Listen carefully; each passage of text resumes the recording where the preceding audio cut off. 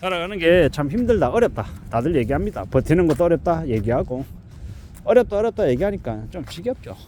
뭐 다 어렵지 쉬운 사람 어딨냐 이렇게 얘기하기도 하고, 직장 다니는 게 다 어려운 거다, 힘든 거다, 잘 버텨라, 나오면 아무것도 없다 이렇게 얘기하는 사람들도 많고. 그래서 이 버틴다라는 것, 견딘다라는 것에 대한 생각들을 종종 하게 됩니다. 어떻게 그렇게 버텼습니까? 라고 누군가가 묻습니다. 그러면 그걸 답하는 사람은 또 뭐라고 얘기하냐, 그냥 버텼지 뭐 특별한 비법이 있나 이렇게 얘기합니다. 근데 사람들은 다 살아가다 보면 누구나 다 이 무던히 입 다물고 어떻게든 물러서지 않고 버티고 견뎌야 할 때가 오는 것 같습니다. 왜냐, 한번 비켜나기 시작하면 영원히 밀리고 또 밀려서 다시는 헤어나지 못하는 저 아래로 추락하게 되는 수가 있기 때문이죠. 뭐 나만 힘든 게 아니고 남들 다 힘들고 다 빡세다라고 얘기하는데, 또 소리 소문 없이 조용히 잘 먹고 잘 지내는 사람도 있습니다. 그런 사람도 어떤 사람들입니까? 그 조직에 기여도가 높고 쉽게 휘둘리지 않는 사람인 거죠. 그런 사람이 되면 좋겠다라고 생각합니다. 저는 가끔 이제 그런 생각들도 하죠. 남들에게는 주어지지 않는 그 기회가, 남들에게는 자주 주어지는 기회가 나에게는 꽤 오랫동안 오지 않을 수도 있다. 하지만 나는 그게 얼마나 소중하고 얼마나 대단한 것인지 알기 때문에 한번 나에게 기회가 오면 한번 잡으면 절대로 놓지 않겠다, 이런 각오로 살면요, 제가 좀 더 단단하게 지낼 수 있지 않겠냐라는 겁니다. 좀 더 강해질 수 있지 않겠냐라는 겁니다. 그런 각오로 그런 마음으로 살아보려 합니다. 지금 1번 건강 챙겨야 되고요. 내가 건강해야 오래오래 일할 수 있으니까. 2번 최대한 아끼고 절약하고 성실하게 살면서 잘 지내겠다라는 거, 마이너스 내지 않겠다, 그리고 자산을 늘리며 살겠다, 이게 제 각오이고 다짐입니다. 또 그 다음은 남들에게 최대한 내가 할 수 있는 범위 내에서는 최대한 베풀면서 살겠다, 공짜 좋아하지 않겠다, 여행 바라지 않겠다, 이게 제가 지금 가지려고 하는 마음가짐들입니다. 버티는 게 쉽지 않다. 유통업체들 특히나 지금 편의점도 그렇고 백화점도 그렇고 실적이 녹록지 않습니다. 빡셉니다. 이 편의점이나 백화점의 실적이, 대형마트의 실적이 안 좋다라고 얘기하는 건 그만큼 내수가 안 좋다라는 겁니다. 이제 그런 생각들을 해봅니다. 이제는요, 이 대형마트나 이 편의점에 있는데 과자들도 국산 과자가 아니라 이 동남아의 과자들이 되게 많이 판매가 되고 있습니다. 왜냐? 가성비가 좋으니까. 비단 그것만 그럴까? 아닌 것 같습니다.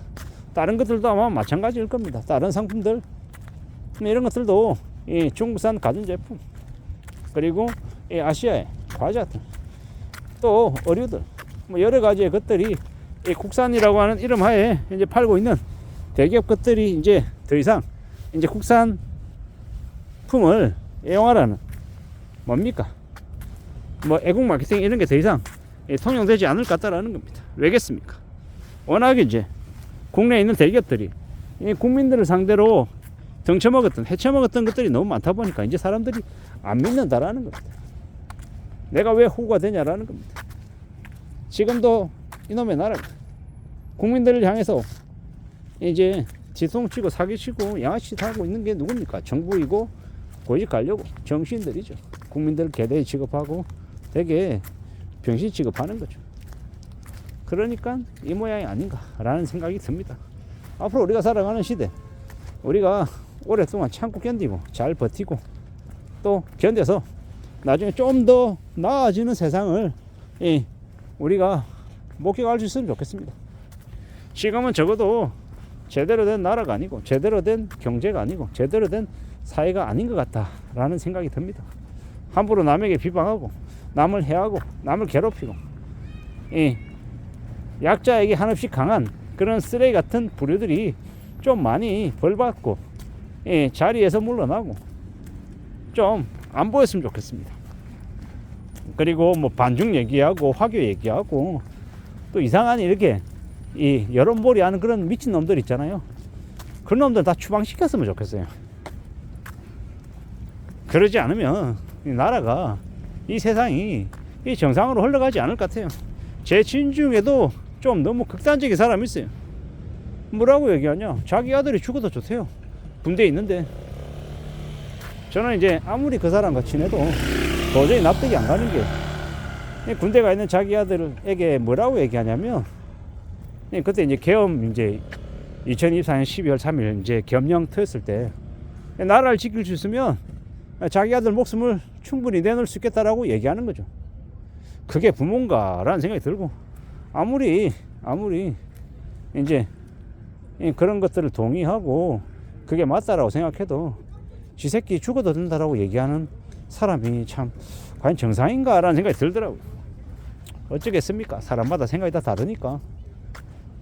뭐 그렇다고 실제로 뭐 주인 건 아니니까 범죄자이고 뭐 살인범은 아니니까 뭐 표현이겠죠. 표현. 근데 이제 그런 가익한 표현을 하는 것 자체만으로도 참 저는 이해가 안 되더라고요. 어떻게 그런 말을 할 수가 있나? 뭐 죽을 때 죽더라도 뭐 자기 아빠한테 연락을 하나 뭐 문자 한 번쯤 보낼 수 있지 뭐 이런 개소리를 하는데 참 저로서는 납득이 안 됐습니다. 그게 말장난인가?